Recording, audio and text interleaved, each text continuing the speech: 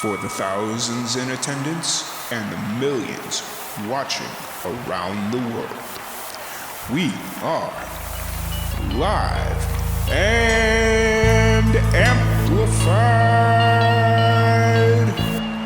So let's get ready to podcast. Fire it up.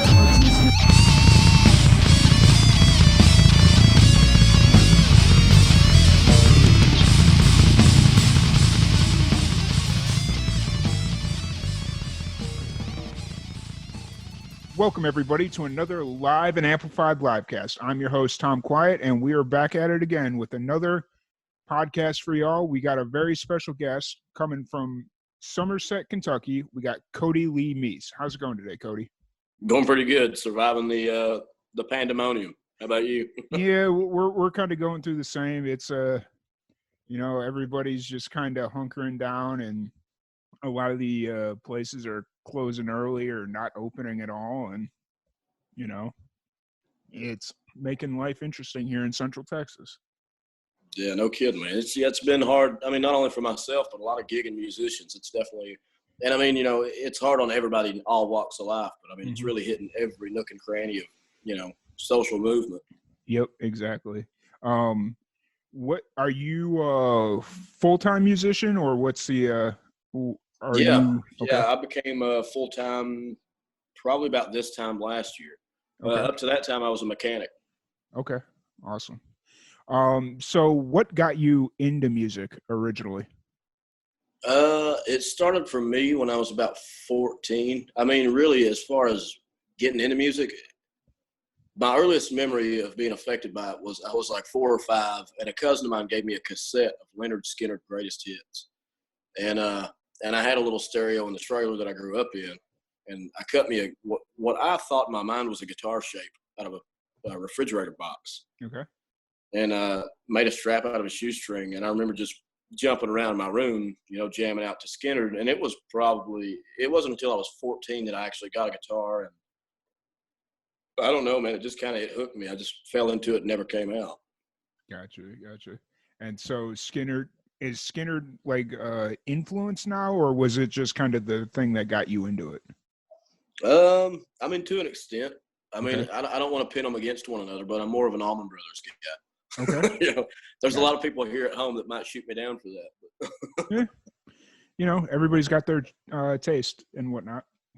But so you're getting ready to release an album here in April. I want to address this first and foremost and all that stuff. What's that process kind of been like for you? Man, it's been wild. Like that. If one word was to sum it up, that would probably be it. We went to the studio here about a month or so ago, maybe a little more, and it just kind of worked its way out as where we found the funding, where we found the studio. I mean, everything really, it didn't seem in hindsight like we had to do that much footwork. I mean, everything kind of found its way and found its place, and it just all pulled together. It was, as far as being in the studio, I mean, I stayed there for the whole week, and it was probably one of the more stressful things I've done for sure. Gotcha. Did you write specifically for the album, or did you just have a bunch of songs you already wrote? No, I had debated on doing that, man, but I've got, over the years, I mean, of course, this is my first, so to speak, real album as far as putting one out. So I've got a backed catalog of just, a ton of stuff. And so really for me, it was trying to kind of cherry pick what I thought would be not all songs necessarily fit in a certain genre or a certain sound, but kind of trying to pluck from my catalog things that, the first track on the EP might not be what one guy likes, and maybe the fourth song is the one he likes, So I tried to really kind of have, out of the 5 tunes, at least one that I thought everybody could get something out of. Yeah, understood. And what's your creative process like when you sit down to write a song? Scattered. Okay.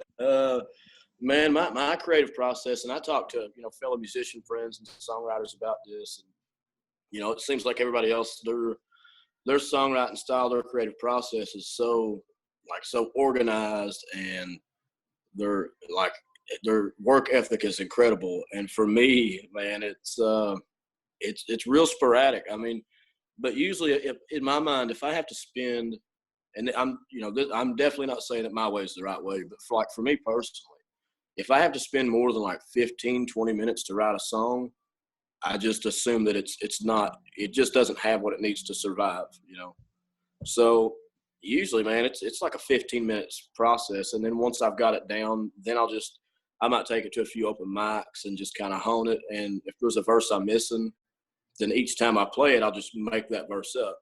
And then over the course of a few open mics, the words or lines that stick end up kind of finishing that song out. It's very strange, man. I wouldn't recommend it. It's stressful. Yeah, I'd imagine. And then how do you decide what you're going to write about? I generally don't. Really, like I wish I had really cool answers for this, but it's really, man, it's like, I don't know, man. I think whatever has been kind of harboring itself subconsciously in my mind, maybe that I haven't decided to bring to the forefront of my consciousness and really address. Mm-hmm. I think those things that kind of hide in the back of my mind, that's their way of showing themselves or getting out. So, I mean, it could be anything from, hating the job I used to have, or, something I said in a relationship a month ago that I probably shouldn't have said, or, just regrets. I mean, really just whatever's been hiding itself and feels the need to get out and be shared. That's kind of how it goes. Yeah. Understood. So you said about a year ago that you became a full-time musician. How is that changed your entire outlook on the music as a business? How did it change the way you play? How did that change everything for you? I guess. Man, it's kind of funny, man. Me getting into music and doing it full time. I was an auto mechanic for all of my adult life because where I come from, you either drive a truck or you become a mechanic, and that's pretty much your only outs. Or join the military, but I didn't. My track record was not something that the military was very interested in. Mm-hmm. So my fiance now, Carissa, she told me after we'd been dating for some time, she said, I think you're a great mechanic, but I don't think you're doing what you're supposed to be doing. And I said, yeah, well, what do you mean? She said, well, I think you're supposed to be doing music. And I just kind of laughed, and I said, yeah, well, I don't think I can do it enough to live on it, And she kept on me for about 2 weeks, and finally she just said, look, you need to quit your damn job, and you just need to go for it because I know you, and that's the only way you're going to do it. Mm-hmm. So really, I kind of leapt into it full time as like it's so petty to think about now, but almost as like I'll show her, Yeah. So it was like there's no way this will work out, But I mean, it just stemmed from coming from an area where dreaming is not really allowed. You know what I mean? Some people make it on TV or make it in the movies or make it in music, but where I'm from, you don't. So you're not inspired to chase any of those dreams. But I kind of took off to really see what would happen, and man, it's been really awesome. I really thought from the outside looking in that it was going to be this very like high school clique. You got to be such and such to be in, and this and that. But man, really, and I don't, I just know the experiences of the music scene in Kentucky, of course, because that's where I'm at. So I mean, it might be different in another region, but here, man, it's just so everybody's willing to help you or give you advice on how to handle this aspect of the business or point you in this direction or share ideas. You don't ever approach anybody, at least in this music scene, and ask for advice and be like, I don't know, figure it out. Somebody's always like, oh, well, go talk to this guy or go talk to this guy. I mean, here it's my perception is, and it continues to change. I mean, the further I go, because it's really a lot easier from the business side than I thought it was. I thought it would just be very cutthroat, and I think a lot of that stems from probably my ideologies of like the Nashville music scene or, some other music scenes where it is very cutthroat and, everybody's out for just their own and they don't have time to help you. So here it's just been really awesome, man. You're constantly learning. you're constantly meeting and networking with new people who are beautiful minds that, have good advice and good direction and have a common goal of we all should succeed, not just one of us. So, I mean, it's been pretty awesome, and it just gets more awesome. I don't know. Nice. Have you? You pretty much just answered my next question, so I'll kind of move on to the preceding questions from that. But have you had a chance to play outside of your music scene? Have you had a chance to get out and travel and stuff of that nature? Somewhat, and like even at that, really sporadically. But we've, in the course of doing this over the last year, we've, I've garnered, some fans and got a few up in Nova Scotia, and I'll go ahead and just say Paul Kenny. He's been really awesome.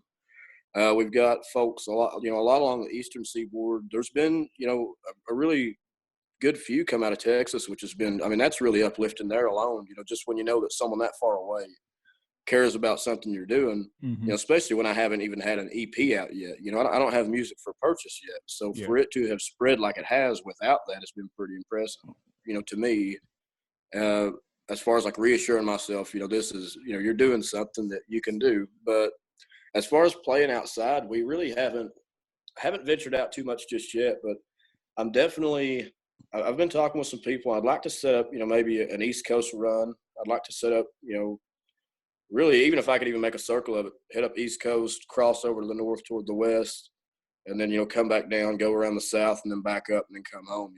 I'm the kind of guy who, the reason I have people on my team is because I'm not a logistics man by any stretch of the imagination. Like, I literally just focus on, man, I want to go play for these people, or I want to go play for these people.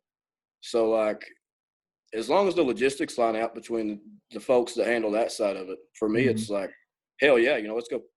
Anybody I can share music with, I want to, because for me, it's not about, if anybody gets in music for money, they're doing it for the wrong reason.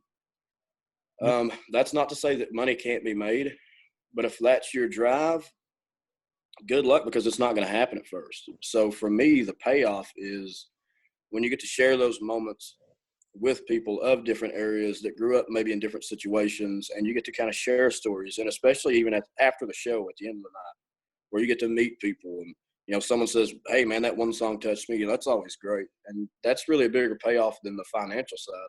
So, I mean, as far as where we've played outside, not much, but where we will, I'd say stay tuned, because I'll play anywhere. Nice. Where, you'd mentioned kind of the analytical side of things and how you had people up in Canada and Texas listening. Where's one of the strangest places that you never would have thought people would be listening to your music? Probably here at home. Okay.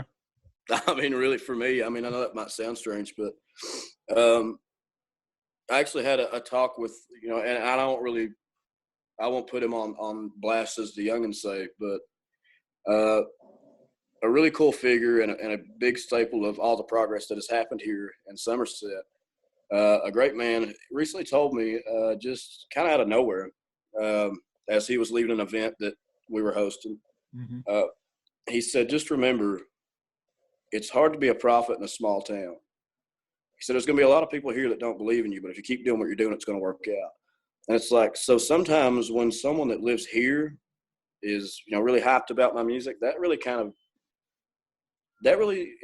impresses me more than anything, because, and I don't really hold any amount of resentment for that, but I do get it in the sense that, if there was a unicorn on every street corner, unicorns wouldn't be that impressive. And I'm not saying I'm a unicorn, but, when you do something like that, a lot of people that are around you that have maybe known you for a while, they don't think to themselves like, oh man, that guy down the street's doing really cool stuff. People get tripped up sometimes thinking, hey man, did you hear that guy up in Canada? Or hey, did you hear this guy out in California, or this guy in Oklahoma or Texas? People are always kind of hung up on what is beyond what they can see. So when people at home get psyched up about it, or I run into somebody here that's like, man, I'm really excited. I heard you got the EP going. I'm really excited about that. That really almost freaks me out more than anything. And it's one of those things where people that have known you for a really long time, they can't let go of those preconceived notions. Like, I'm sure somebody in Somerset, it's like, oh, that's just Cody from 8th grade. Yeah, dude. Yeah. And that know, happens a lot, man. I've ran into some people I went to high school with, and they see my name either on, gig flyers or festival bills, and they're like, oh, hey, man, it's, oh, I didn't know. I actually ran into a buddy of mine who he works with the theater here in town. Mm-hmm. And we ran into each other, and we had probably met like 5 or 6 times before he finally told me. He was like, dude, I just realized we went to high school together. And I was like, yeah, man, I thought you knew this whole time, because I knew it the first time that he and I ran into each other. But for him, it was, I don't know if, like, I guess it was just hard to put together because, you're right. You do, especially over such a long period of time, you get to see somebody for one thing. So when then they try to maybe chase a dream or almost, to a certain extent, reincarnate themselves into maybe a higher form of themselves, it's hard for some people to kind of let go of those previous ways or those things, Mm-hmm. Exactly. So for the people that aren't really familiar with Somerset, what's the music scene kind of like there? Is it all pretty much country, or what's the scene like? Oh man, here it's funny because it's a small town, but you can probably find just about anything you want to listen to here. Okay. We don't have in Somerset, specifically, not really discussing the rest of Kentucky, but Somerset itself, there's not a huge music scene, but what we do have, there's no one who I see out and I'm like, that was okay. Like everyone you're going to see here, I mean, at least 9 times out of 10, I can't say I've seen everybody who lives in this town, but anybody you see out playing, man, it's going to be good. I mean, you can find real folky stuff. You can find bluegrass. You can find blues. You can find some variations of hip hop and electronic music. In such a small town, it's hilarious in a way how much there is here. Now, as far as what you're going to see primarily, I don't know. I get really, as a songwriter especially, maybe I get really confused on the term country anymore. Mm-hmm. Because I think it's become such country, at least for us, maybe that are on what most would consider the Americana side or Americana spectrum of music. Country, man, people can say country and they could be talking about Tyler Childers or Billy Strings, or they could be talking about, they could be talking about a guy that does folk music, up the road. Country has become, such a real broad term. It's kind of become what rock has been for a really long time. Yeah, that's a good way to put it. Yeah. Because you have all these like subgenres of it. Mm-hmm. That country itself has almost become a blanket term. Yeah. Because even then you have people that are like, oh yeah, I love country music, and they're like, oh yeah, who do you like? And it's, I don't want to say any names, but it's like this mainstream artist or this mainstream artist. And to a lot of us who are into Americana, we're like, no, that's not country. Yeah. That's something they're telling you is country. But I see that's where you're kind of right is, because rock for so long, rock music, when metal first started, it was rock music. It was just harder rock. So, you do have these various branches of music that it's a very interesting time for sure. It is. And it's funny that you brought up Billy Strings, because it's like, is he really country though? He's more of a bluegrass music, and then bluegrass kind of gets thrown in there because people don't really know the difference. And it's. Yeah. Well, and then even with Billy, you look at a lot of, over time, he's incorporated a lot of, psychedelic, elements to his music and really some rock elements to his music. So, even what he does, while it may be misconstrued as country, even if you get the term bluegrass right, he's still got all these other elements that it's like, well, then what do you call that form of bluegrass? Everything is, that's why I think, man, honestly, and I'm just as big on nostalgia as anybody else in the world. I love so many periods throughout music, but I believe without a doubt, man, we're probably right now in this era, we're probably in the most exciting era for music that, it's happened with no doubt in my lifetime, but maybe in the last 100 years. There's just so freaking much, man. And people aren't afraid, when you look through the 50s and 60s and the 70s, And country music being one of my favorites when it goes that far back. Back then you had a lot of record executives that were pulling strings that said, no. Listen, Waylon or Willie or Farron Young or whoever you want to talk about, listen, you can't do that because that's a little bit outside of your genre and we got to keep your audience. Mm-hmm. But it's like now we don't have that. You have the freedom to, I mean, if you listen to The Break, which is my EP when it comes out, good luck trying to put an exact genre label on that album because, I mean, and that's, there were some people that said, whoa, what are you doing? I mean, you've got you can't just put that, that much variation on an EP. And it's like, no, I mean, I think now that's the thing you should do because this is that time that you can let, that's going to slide.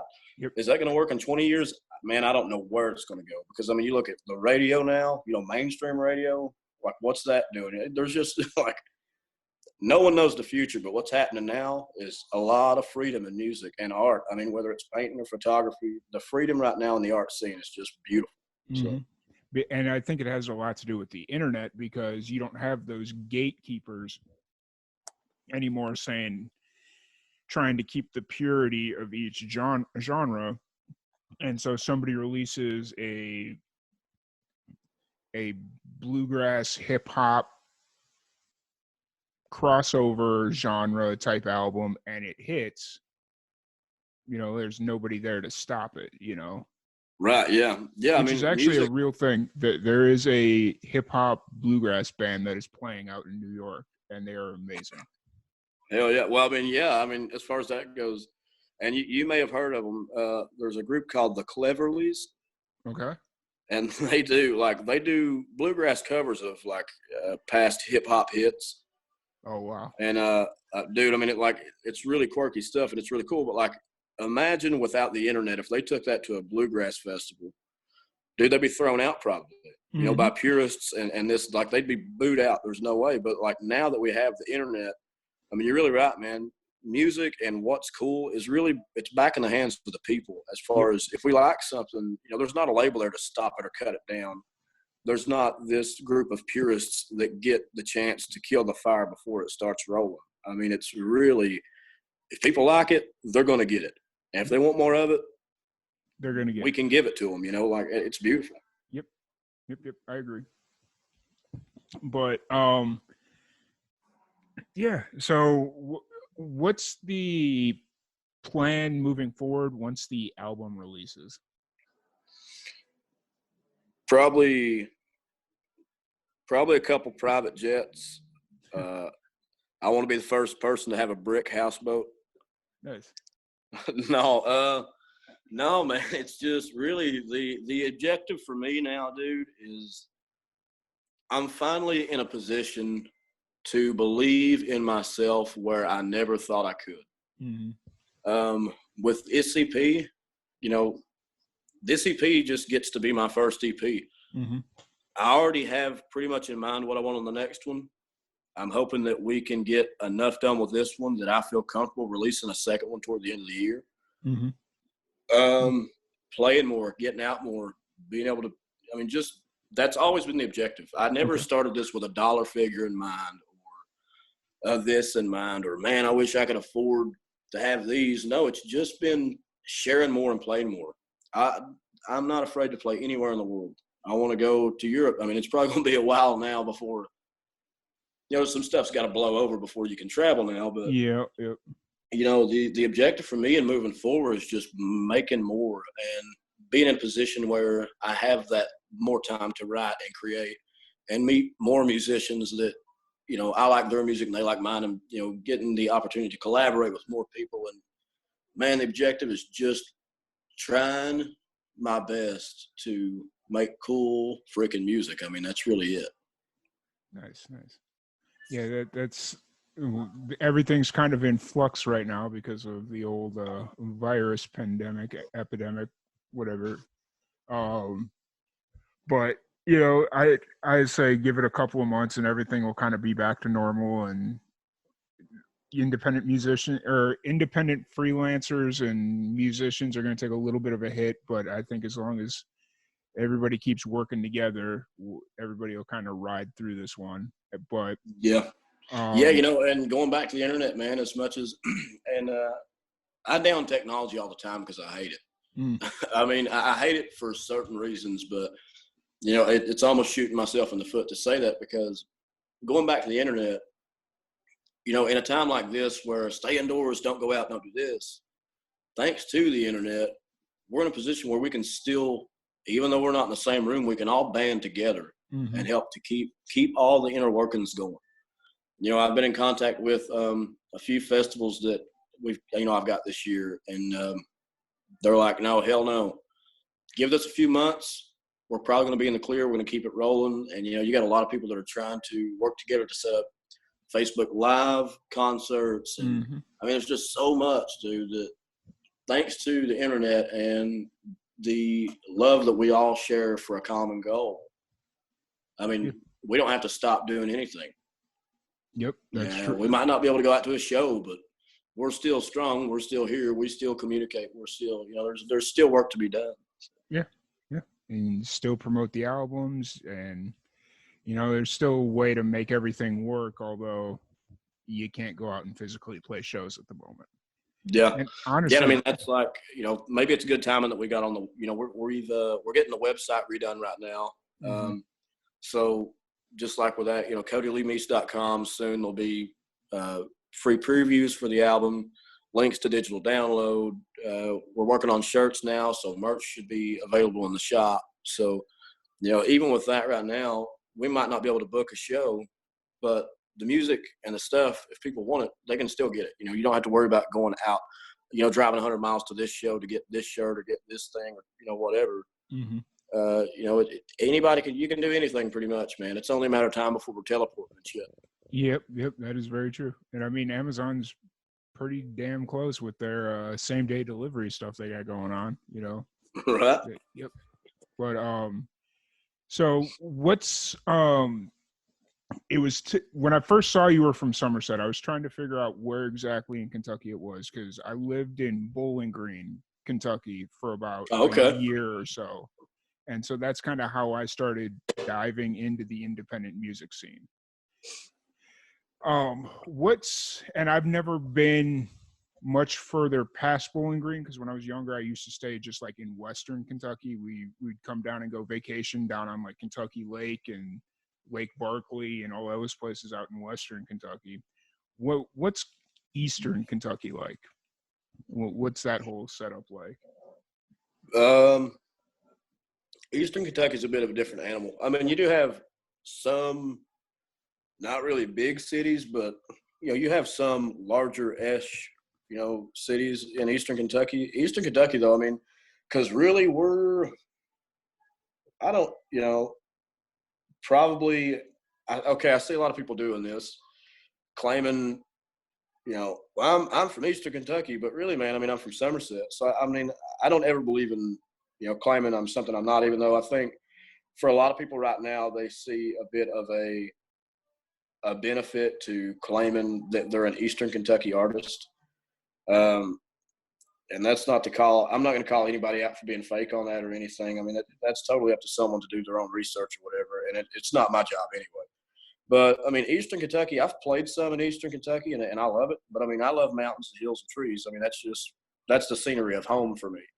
Because Somerset, while we're not necessarily Eastern, we're pretty damn close. I mean, you ain't got to go far to get there. Eastern Kentucky itself, though, from my travels there,